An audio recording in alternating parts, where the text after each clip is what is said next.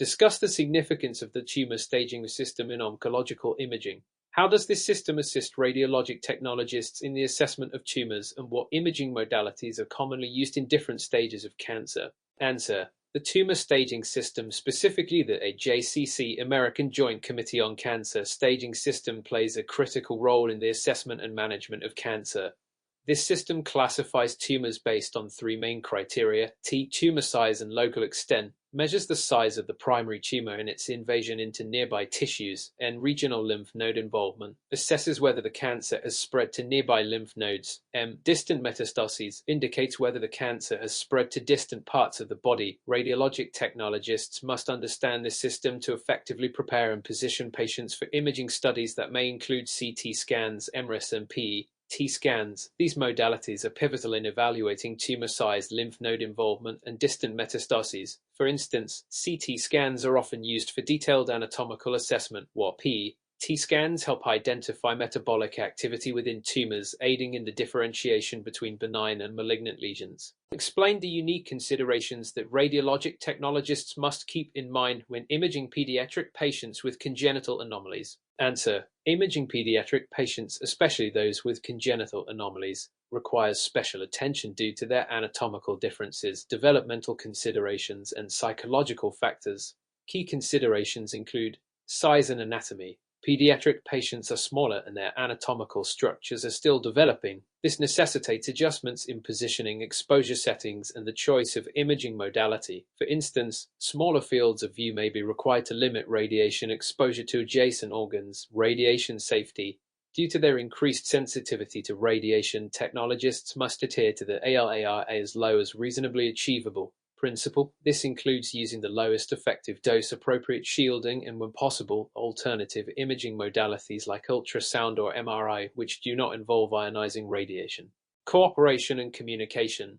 Establishing a rapport with pediatric patients is essential. Techniques such as distraction, using child-friendly language, and involving caregivers can help reduce anxiety and improve cooperation during procedures.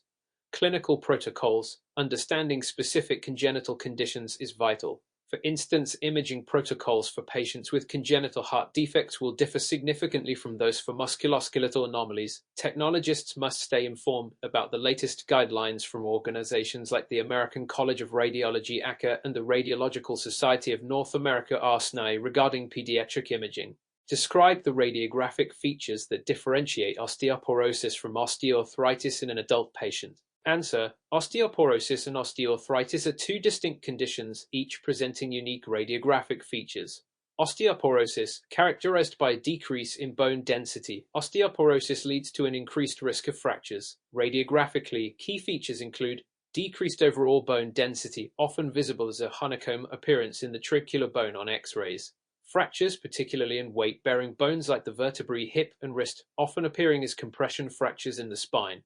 Osteoarthritis. This degenerative joint disease primarily affects the cartilage and can lead to changes in the surrounding bone. Radiographic signs include joint space narrowing indicating cartilage loss, osteophyte formation, bone spurs around the joint margins, subchondral sclerosis, increased density of the bone beneath the cartilage, cyst in the bone near the joints. Mr. Thompson, a 42-year-old construction worker, presents to the emergency department after a fall from a height of 15 feet. He complains of severe pain in his right leg and lower back. What steps should the radiologic technologist take to ensure an accurate assessment of Mr. Thompson's injuries, considering both patient safety and the principles of trauma imaging? Answer. In Mr. Thompson's case, the radiologic technologist should follow these steps to ensure accurate assessment and patient safety. Initial assessment. Obtain a thorough history focusing on the mechanism of injury, symptoms, and any prior medical conditions that might affect imaging or treatment. Trauma protocol activation. Activate the institution's trauma protocol, which typically includes a series of imaging studies such as X-rays and possibly CT scans. This ensures that all necessary views are obtained in a systematic manner. Patient positioning. Position Mr. Thompson carefully to minimize pain and movement. If spinal injury is suspected, cervical spine precautions e.g. keeping the head and neck stable should be taken. Use a backboard if indicated. Appropriate imaging modalities. X-rays. Start with X-rays of the pelvis and the affected leg to assess for fractures. Ensure multiple views e.g. anteroposterior lateral are taken. CT scans. If fractures are detected or if there is suspicion of more severe injuries, e.g., in the spine or internal organs, a CT scan may be warranted for detailed assessment. Radiation protection. Follow the ARRT principle to minimize radiation exposure, especially if multiple imaging modalities are used. Employ lead shields for any areas not being imaged. Documentation and communication. Document all findings accurately and communicate effectively with the healthcare team, ensuring that any abnormalities are reported immediately for further evaluation. Follow-up care. Ensure that Mr. Thompson is monitored for any changes in his condition and that further imaging is considered if his symptoms persist or worsen. Analyze the role of radiographic imaging in the diagnosis of pneumonia. What specific radiographic signs should technologists look for, and how do these signs influence patient management? Answer: radiographic imaging plays a crucial role in diagnosing pneumonia, primarily through chest X-rays, CSAR, or CT scans. Key signs that radiologic technologists should look for include consolidation. This appears as areas of increased opacity on X-rays indicating fluid-filled alveoli. Commonly affected areas are the lobes of the lungs, especially in bacterial pneumonia. Air bronchograms. Visible air-filled bronchi surrounded by consolidated lung tissue suggest a diagnosis of pneumonia. Pleural effusion. Presence of fluid in the pleural space may indicate a complication of pneumonia necessitating further imaging or intervention, e.g. thoracentesis. Lobar versus bronchopneumonia. Understanding the pattern of lung involvement is essential. Lobar pneumonia typically shows consolidation of an entire lobe, while bronchopneumonia may present as patchy opacities throughout the lungs. These findings guide management strategies, including the initiation of appropriate antibiotics, possible hospitalization for severe cases, and monitoring for complications such as abscess formation or lymphoma. Discuss the role of imaging in the management of patients with acute stroke symptoms. What imaging modalities are utilized and how do the results impact treatment decisions? Answer: imaging is vital in the management of acute stroke symptoms, guiding both diagnosis and treatment. The primary modalities utilized include CT scan, often the first imaging modality used in suspected acute stroke cases. Non-contrast CT scans are essential for identifying hemorrhagic strokes, which require immediate intervention. Surgical decompression, evaluating ischemic strokes, where CT may show early signs of infarction such as subtle hypoattenuation in affected brain areas. MRI. If the patient's condition permits, MRI provides detailed images that can identify ischemic changes earlier than CT. Diffusion-weighted imaging (DWI) is particularly sensitive to acute ischemia and can visualize brain tissue damage shortly after the onset of symptoms. The imaging results directly impact treatment decisions. Ischemic stroke. If a CT shows no hemorrhage and the patient presents within a suitable time window, thrombolytic therapy (EPA) may be administered to dissolve clots. Hemorrhagic stroke, identified via CT, may require different interventions such as surgical evacuation or medical management of intracranial pressure. Timely imaging allows for swift decision-making, which is critical in improving outcomes for stroke patients. Explain the importance of recognizing radiographic findings associated with diverticulosis and diverticulitis in the gastrointestinal system. How can these findings inform clinical management? Answer: recognizing radiographic findings of diverticulosis and diverticulitis is crucial for appropriate clinical management. Diverticulosis, often an incidental finding on imaging studies, radiographically it appears as small outpouchings in the colonic wall. These findings are significant as they indicate an increased risk of diverticulitis, particularly if the patient presents with symptoms like abdominal pain or changes in bowel habits. Diverticulitis. This condition arises when diverticula become inflamed. Key radiographic features include thickening of the colonic wall, often 4 mm, paracolic fat stranding indicating inflammation in the surrounding tissue, abscess formation which may appear as fluid collections in the abdomen. Recognizing these findings enables timely intervention. Diverticulosis. Patients may be advised on dietary modifications to increase fiber intake to prevent complications. Diverticulitis. Management may involve antibiotics and dietary restrictions, while complicated cases, e.g. abscess or perforation, may require surgical intervention.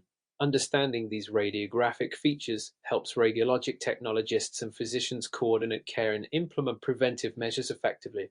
Analyze how the principles of triage apply to radiologic imaging in an emergency department setting. What considerations should be made when prioritizing imaging for trauma patients? Answer: in an emergency department, triage is a critical process that determines the urgency of care required for trauma patients. In the context of radiologic imaging, several principles guide the prioritization of imaging studies. Severity of injury. Patients with life-threatening injuries, e.g., open fractures, significant head trauma, should receive imaging immediately to assess the extent of their injuries and guide rapid intervention.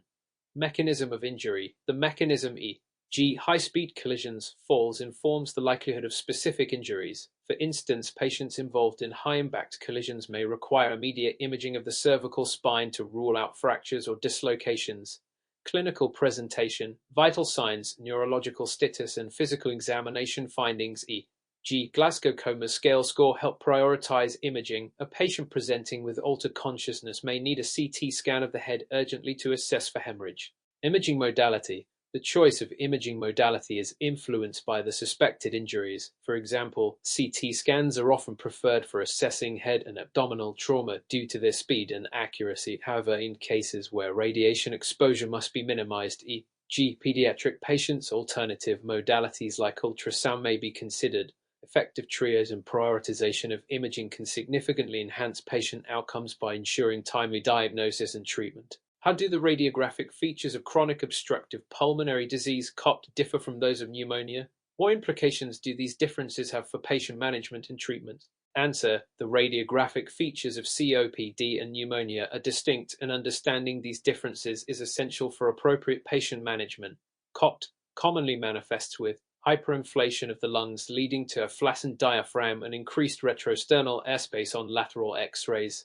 Increased bronchial markings due to chronic inflammation.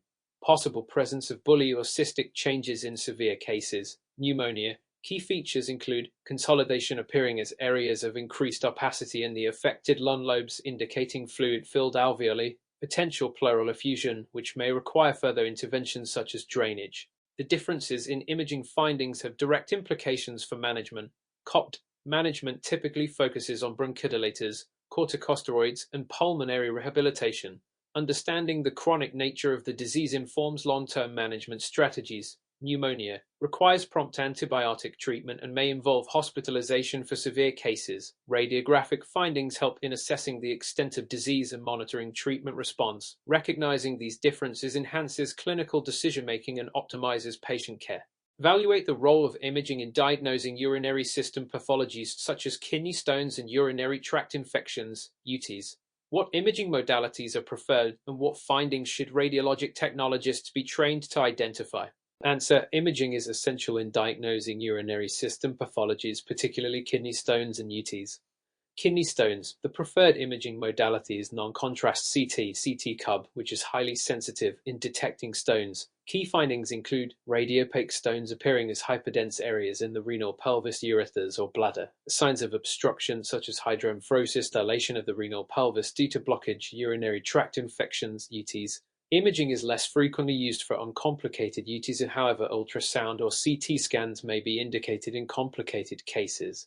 Key findings may include thickening of the bladder wall, periureteral stranding, or hydronephrosis in cases of obstructive pyelonephritis. Understanding these imaging modalities and findings enables radiologic technologists to assist in accurate diagnosis and treatment planning, such as the management of kidney stones with lithotripsy or antibiotics for UTIs. Prompt and accurate imaging can significantly affect patient outcomes by guiding timely and effective treatment. What is the primary difference in positioning when performing a supine versus an upright abdominal radiograph? Additionally, explain how these positions affect the visualization of potential pathologies. Answer: the primary difference between supine and upright abdominal radiographs lies in the positioning of the patient. In a supine position, the patient lies flat on their back, which can be beneficial for assessing fluid levels in the abdominal cavity but may not clearly demonstrate air fluid levels. The upright position, on the other hand, allows for the visualization of free air under the diaphragm, which can indicate conditions like perforation or free air in the peritoneal cavity. From a physiological standpoint, gravity influences the distribution of fluid and gas within the gastrointestinal tract. In the upright position, air rises to the highest point, allowing for better detection of conditions such as bowel obstructions or perforations. The American College of Radiology (ACA) guidelines emphasize the importance of using the upright position in patients with suspected free air or fluid levels to optimize diagnostic accuracy. Therefore, each position serves different diagnostic purposes and should be selected based on the clinical indications. Describe the different types of contrast media used in radiographic imaging, focusing on iodinated contrast and barium sulfate. Include indications and contraindications for each type. Answer: iodinated contrast media is water-soluble and can be categorized into ionic and non-ionic types. It is primarily used for vascular studies, such as CT angiography or intravenous urogram IV. Indications for iodinated contrast include its use in patients with renal function as it enhances visualization of vascular structures. However, contraindications include a history of allergic reactions to iodinated contrast, severe renal impairment, or hypothyroidism due to the risk of contrast-induced nephropathy or thyroid storm. Barium sulfate is typically utilized in gastrointestinal studies, such as barium swallows or enemas. It provides excellent mucosal detail and is particularly effective in identifying structural abnormalities in the GI tract. Indications for barium use include suspected ulcers, tumors, or motility disorders. Contraindications include suspected perforation of the gastrointestinal tract, as barium can leak into the peritoneal cavity and cause peritonitis. The ACR and the Radiological Society of North America (ARRT) provide specific guidelines regarding the use of contrast media, emphasizing the need to evaluate patient history thoroughly to mitigate potential risks. A hospital nurse requests a portable chest X-ray for a patient in the ICU who is on mechanical ventilation. What are the key considerations and best practices for performing this mobile radiographic procedure? Answer: when performing a portable chest X-ray on a patient in the ICU on mechanical ventilation, the radiologic technologist must consider several key factors. Patient safety and positioning. Ensure the patient is positioned correctly to obtain the best image quality while minimizing discomfort. The ideal position for a portable chest X-ray is either an upright position, if feasible, or semi-upright if the patient's condition does not allow for complete upright positioning. Adjusting the bed's angle can assist in achieving an optimal position. Equipment preparation. Verify that the portable X-ray machine is functioning correctly, including battery life and calibration, to ensure accurate exposure. Image quality. Consider the use of high kVp techniques to penetrate the dense thoracic structures adequately while maintaining sufficient image contrast. The technologist should utilize appropriate exposure settings based on the patient's condition and size. Infection control. Follow strict aseptic techniques and infection control protocols to prevent the transmission of pathogens, especially in the ICU setting. Radiation safety. Use lead shielding to protect other personnel and ensure that the exposure is limited to the necessary area. What are the critical factors to assess when evaluating the quality of a radiograph, and how can artifacts impact the diagnostic interpretation of the image? Answer: when evaluating the quality of a radiograph, the following factors are critical. Positioning. Ensure that the anatomical structures of interest are appropriately centered and aligned. Misalignment can lead to distorted images, making it difficult to assess pathology accurately. Exposure. Assess the radiograph for optimal exposure, which is essential for visibility of internal structures. Underexposure may obscure details, while overexposure can lead to loss of contrast. An ideal radiograph should display a range of gray tones that allow for differentiation of tissues. Artifacts. Identify any artifacts that may obscure or mimic pathology. Common artifacts include motion blur, patient clothing, or positioning aids that can create misleading shadows or lines. For example, jewelry left on the patient can create streak artifacts that may be mistaken for fractures. Identifying pathologies. Radiologists and technologists must be trained to recognize pathologies, such as fractures or dislocations, and differentiate them from artifacts. Familiarity with normal anatomical variations is crucial to avoid misinterpretation. Mr. Thompson, a 55-year-old male, presents with severe abdominal pain and is scheduled for an abdominal ultrasound. However, he has a history of diabetes and chronic kidney disease. Discuss how Mr. Thompson's medical history affects the choice of imaging modality and any considerations regarding contrast media use if CT imaging is necessary. Answer: Mr. Thompson's medical history significantly impacts the choice of imaging modality. Given his chronic kidney disease, CKD, the use of iodinated contrast media for CT imaging poses risks of contrast-induced nephropathy, which can further compromise renal function. In this case, the technologist or physician may consider alternatives to CT, such as an ultrasound, which does not require ionizing radiation or contrast agents. Ultrasound is effective in evaluating gallstones, pancreatitis, and abdominal aortic aneurysms without the added risk of affecting Mr. Thompson's renal function. If CT imaging is deemed necessary, the following considerations should be taken into account. Pre-procedure assessment. Assess the degree of renal impairment using the estimated glomerular filtration rate (EGFR). An EGFR less than 30 ml/min may warrant additional caution. Hydration protocol. Ensure adequate hydration before and after the administration of contrast media to mitigate the risk of nephrotoxicity. The ACR recommends intravenous hydration for patients with renal impairment. Alternative contrast agents. If possible, consider using non-ionic low-osmolar contrast agents which are associated with a lower risk of adverse reactions. Informed consent.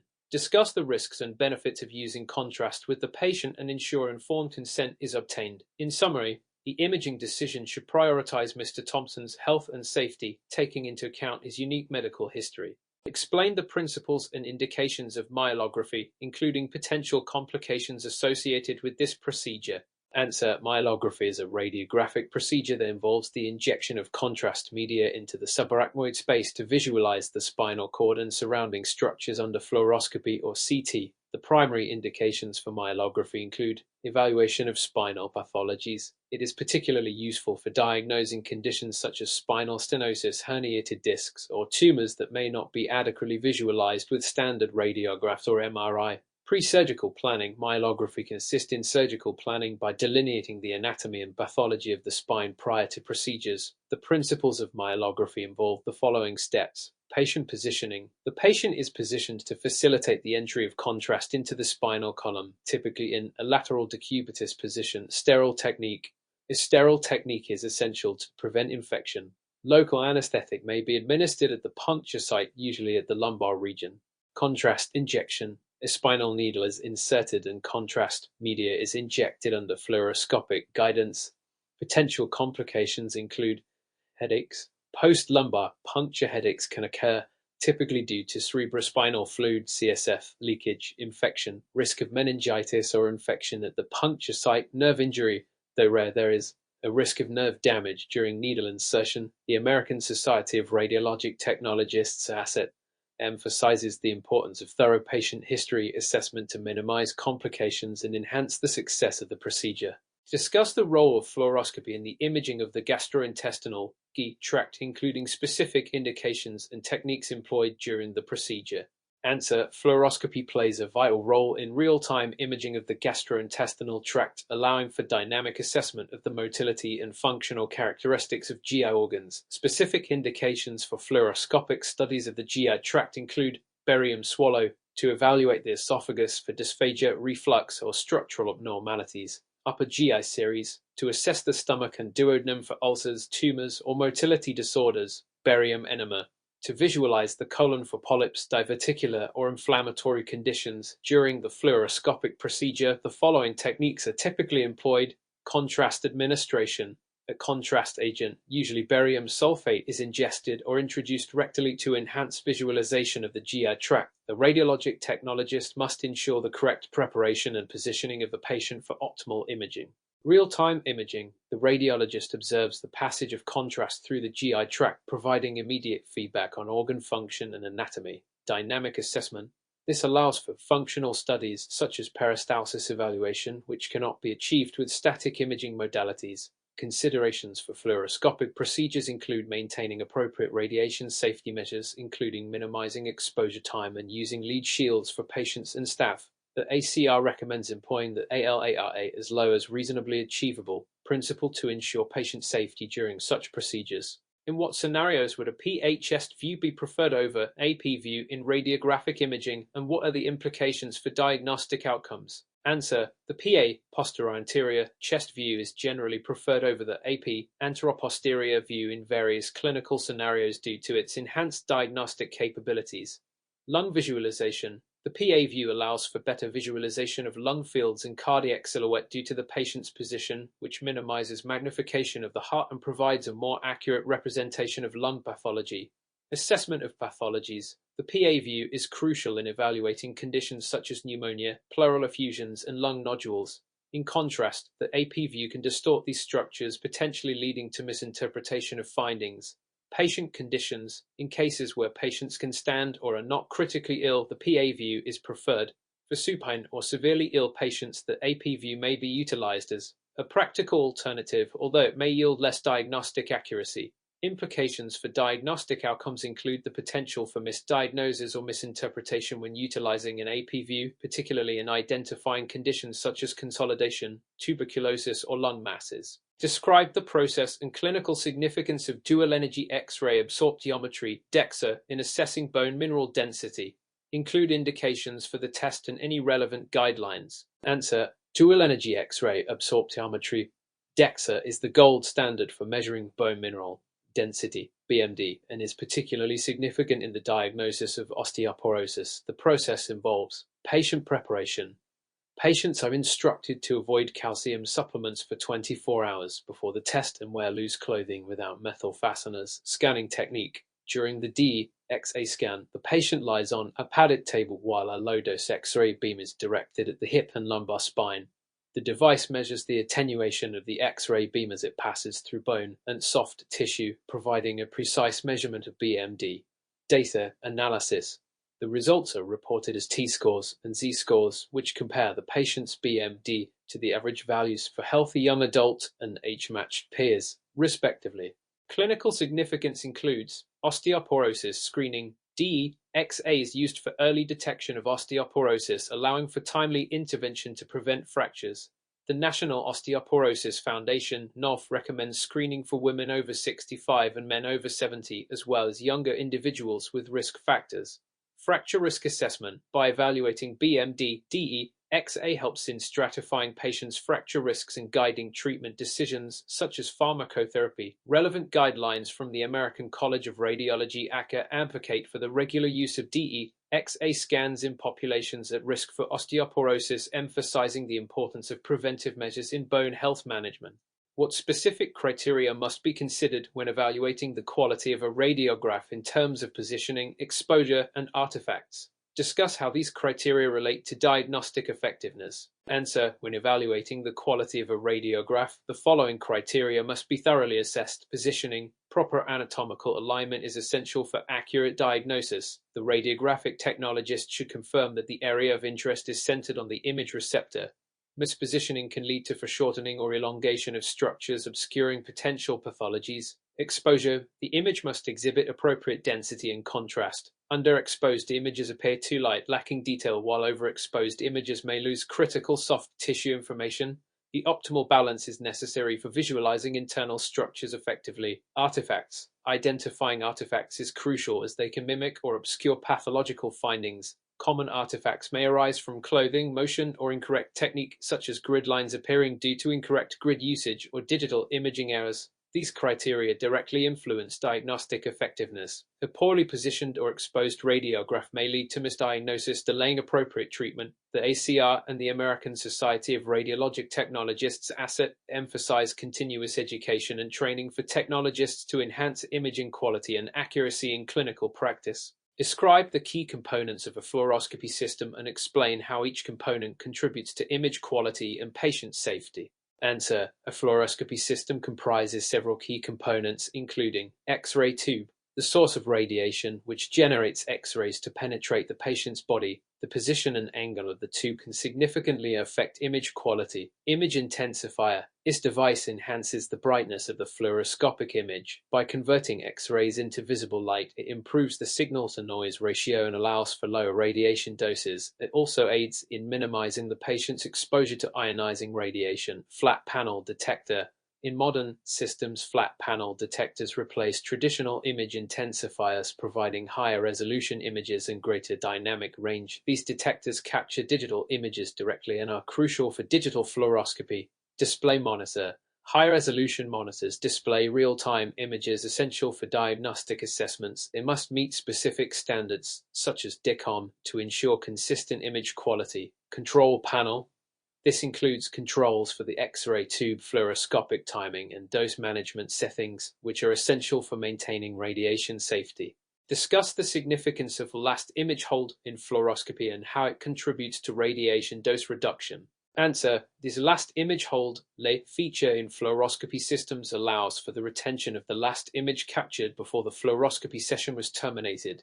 This technique plays a significant role in radiation dose reduction by minimizing continuous exposure. By holding the last image, clinicians can view a still image without exposing the patient to additional radiation. This is particularly useful during lengthy procedures where continuous fluoroscopy may not be necessary. Improving procedural efficiency. LIH helps physicians assess anatomy and pathology without needing to re-expose the patient, thus reducing cumulative dose over multiple fluoroscopic imaging sessions. Facilitating communication. The held image can aid in discussions with colleagues or patients about findings without additional radiation exposure. Enhancing safety practices. LIH allows for review and evaluation of the image quality and positioning before taking any further imaging, thereby enhancing patient safety and procedural accuracy. Discuss the impact of magnetic field strength on image quality in MRI, including the advantages and disadvantages of different field strengths. Answer: magnetic field strength in MRI is measured in Tesla T, with common strengths being 1.5 and 3.0. The field strength has significant implications for image quality and patient experience. 1. Image quality. High field strength 3.0 produces high-resolution images due to increased signal-to-noise ratio (SNR), allowing for finer anatomical detail and improved contrast resolution. This is particularly beneficial for imaging small structures or detecting subtle lesions. Low field strength 1.5. While still providing good image quality, it may result in decreased SNR and image resolution compared to higher strengths. However, it is often sufficient for routine examinations.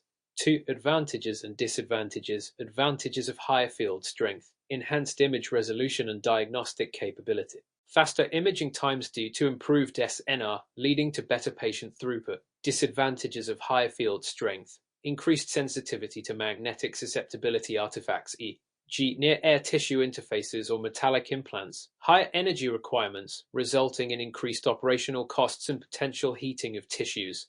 Greater risk of patient discomfort due to the increased noise and claustrophobia associated with stronger magnetic fields. These factors are governed by the FDOS guidelines on MRI safety and efficacy, emphasizing the need for careful consideration of field strength based on clinical requirements. Mr. Adams, a 55-year-old patient, is referred for a CT scan of his abdomen due to suspected diverticulitis. Upon arriving at the imaging center, he expresses concerns about radiation exposure and its effects. How should the radiologic technologist address Mr. Adams' concerns while ensuring adherence to best practices? Answer: the radiologic technologist should approach Mr. Adams' concerns with empathy and provide thorough information, educate about the procedure, explain the purpose of the CT scan, detailing how it will assist in diagnosing diverticulitis and why it is the most effective imaging modality for this condition, discuss radiation safety, inform Mr. Adams about the principles of ARRT as low as reasonably achievable, that the facility follows, emphasize that every precaution is taken to minimize radiation exposure, including using appropriate scan protocols, optimizing dose settings, and employing advanced technologies such as iterative reconstruction algorithms that enhance image quality while reducing dose. Alternative options. Discuss possible alternatives to CT imaging if he remains concerned, such as ultrasound or MRI, which do not involve ionizing radiation. However, explain that these modalities may have limitations in diagnosing his specific condition. Patient empowerment. Encourage Mr. Adams to ask questions throughout the process. If he continues to express significant concern, involve the referring physician to discuss the necessity and benefits of the scan.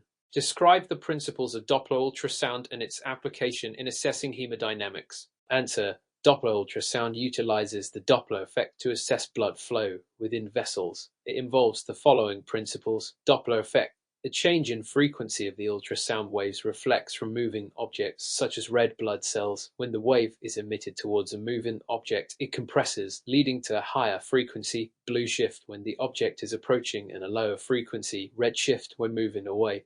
Types of Doppler ultrasound. Continuous wave Doppler EBUD used for high-velocity flow measurements, such as in cardiac assessments. It does not provide depth information, making it suitable for assessing high-speed flows. Pulsed wave Doppler EBUD provides depth discrimination, allowing for the assessment of blood flow at specific locations. It is essential for evaluating vascular conditions and cardiac function.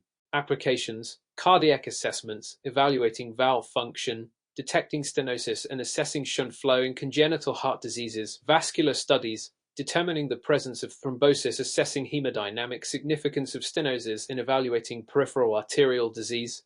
Guidelines from the American Institute of Ultrasound in Medicine (AM) emphasize the importance of Doppler ultrasound in both clinical diagnostics and therapeutic interventions by providing real-time feedback on blood flow characteristics. Explain the role of radiopharmaceuticals in nuclear medicine and how they are utilized in diagnostic imaging. Answer: radiopharmaceuticals are compounds that contain a radioactive isotope and are critical in nuclear medicine for both diagnostic and therapeutic purposes. Their roles include diagnostic imaging. Radiopharmaceuticals are administered to patients and emit gamma rays detectable by gamma cameras or PET scanners. The emitted radiation provides functional information about organs and tissues as it allows visualization of physiological processes. Types of radiopharmaceuticals: single photon emission computed tomography, SPECT, uses radio tracers like technetium 99 meters, which is commonly used in myocardial perfusion studies and bone scans. Positron emission tomography, PET, uses isotopes such as fluorine-18 in FDG, fluorodeoxyglucose, for cancer imaging, providing insights into metabolic activity and tumor characterization. Safety and efficacy. The FDA regulates the use of radiopharmaceuticals to ensure their safety and efficacy. Providers must adhere to the ARRT principle, maintaining radiation doses at levels that are reasonable for achieving diagnostic outcomes. Therapeutic applications. Some radiopharmaceuticals, like iodine-131, are utilized for therapeutic purposes such as treating thyroid cancer and hypothyroidism. The integration of radiopharmaceuticals into clinical practice is guided by the Society of Nuclear Medicine and Molecular Imaging (SMMI), which outlines best practices and safety protocols for their use. Discuss the role of digital mammography compared to traditional film screen mammography in breast cancer detection. Answer: digital mammography has become increasingly prevalent in breast cancer screening and diagnosis, offering several advantages over traditional film screen mammography. Image quality and processing. Digital mammography allows for images to be manipulated post-acquisition, enabling enhancements in contrast and brightness. This flexibility facilitates better visualization of subtle lesions, particularly in dense breast tissue. Dose efficiency. Digital systems can use lower doses of radiation compared to film screen systems while maintaining image quality. This is critical for patient safety and aligns with the recommendations from the FDA and the American College of Radiology (ACA). Computer-aided detection (CAD). Digital mammography can incorporate CAD systems, which assist radiologists by highlighting areas of concern based on algorithmic analysis, improving detection rates. Patient experience. Digital mammography often offers faster image acquisition and processing times, reducing overall wait times for patients. The immediate availability of images allows for real-time consultations. Evidence of efficacy. Studies have shown that digital mammography is particularly advantageous for specific populations, such as younger women and those with dense breast tissue, leading to improved cancer detection rates in these groups. Guidelines from the ACR and the Radiological Society of North America (ARRT) endorse the use of digital mammography, emphasizing its role in enhancing breast cancer screening and diagnostic accuracy. Describe the significance of understanding cross-sectional anatomy in interpreting CT and MRI images. Answer: understanding cross-sectional anatomy is essential for accurately interpreting CT and MRI images for several reasons. Anatomical orientation. Cross-sectional images are typically viewed in transverse, sagittal, or coronal planes. Knowledge of how different structures appear in these planes is vital for identifying normal versus abnormal anatomy. Pathology, localization. Familiarity with cross-sectional anatomy helps radiologists and technologists identify pathologies accurately, such as tumors, lesions, or fractures. For example, recognizing the relationship between the pancreas and surrounding structures is crucial in diagnosing pancreatic disorders. Surgical planning. Surgeons rely on cross-sectional imaging for preoperative planning. Understanding the three-dimensional relationships of structures aids in strategizing approaches for procedures like laparoscopic surgeries. Trauma assessment. In emergency settings, rapid interpretation of cross-sectional images can identify critical injuries. Recognizing the anatomy of the thoracic cavity in CT scans, for instance, is crucial for assessing potential complications such as pneumothorax or hemothorax. Training in cross-sectional anatomy is supported by the Radiological Society of North America (ARRT) and is fundamental to developing the skills necessary for effective clinical practice in radiology. Compare and contrast the imaging features of a cerebral aneurysm as seen on CT, MRI, and angiography. Answer: cerebral aneurysms can be visualized using various imaging modalities, each providing unique insights. CT imaging, acute detection. Non-contrast CT is effective for identifying hemorrhagic strokes caused by ruptured aneurysms, showing hyperdensity due to blood limitations. Small or unruptured aneurysms may not be clearly visible, however, CT angiography (ETA) can enhance detection by visualizing the blood vessels directly. MRI sensitivity. MRI, particularly using twaited and FLIR sequences, provides excellent contrast between cerebrospinal fluid and brain tissue, making it effective for identifying associated edema and brain tissue changes. Detailed anatomy. MRI can offer detailed anatomical views and is particularly useful in evaluating aneurysms in the context of surrounding brain structures. Angiography. Gold standard. Digital subtraction angiography (DSA) is the gold standard for evaluating cerebral aneurysms. It allows for direct visualization of the vascular structures and provides precise information on the size, shape, and exact location of the aneurysm. Interventional capability. Angiography can also facilitate therapeutic interventions such as endovascular coiling directly during the imaging process. Understanding the strengths and weaknesses of each modality is critical for selecting the appropriate imaging technique and interpreting results accurately, guided by protocols established by the American Heart Association (ARRT) and the American Stroke Association (ASAT). Explain the principles of radiation safety and protection in medical imaging. Answer: radiation safety and protection are critical in medical imaging to minimize radiation exposure to patients, staff, and the public while ensuring diagnostic efficacy. The following principles are foundational to radiation safety. ALAR, a principle. The principle of as low as reasonably achievable, ALARA, dictates that radiation exposure should be kept to the minimum necessary to achieve the desired medical outcomes. This involves optimizing imaging protocols, using the lowest effective doses, and justifying the need for the procedure. Time, distance, and shielding. These three factors are essential in protecting both patients and healthcare providers. Time, reducing the time spent near a radiation source decreases exposure. Distance, increasing distance from the radiation source significantly reduces exposure due to the inverse square law. As distance from the source doubles, exposure is reduced to 1/4. Shielding, using lead aprons, shields, and barriers protects individuals from scatter radiation. Protective devices are vital in fluoroscopy and interventional procedures. Patient education and consent. Patients should be informed about the risks and benefits of radiation exposure associated with their imaging procedures.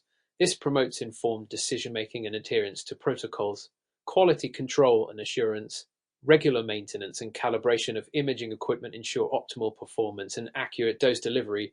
Compliance with established guidelines from organizations like the American College of Radiology (ACA) and the Radiological Society of North America (RSNAE) is crucial. Radiation dose monitoring. Implementing protocols for monitoring and documenting radiation doses helps identify potential overexposure and facilitates adherence to safety standards. These principles guide healthcare professionals in providing safe and effective imaging services while minimizing the potential risks associated with radiation exposure.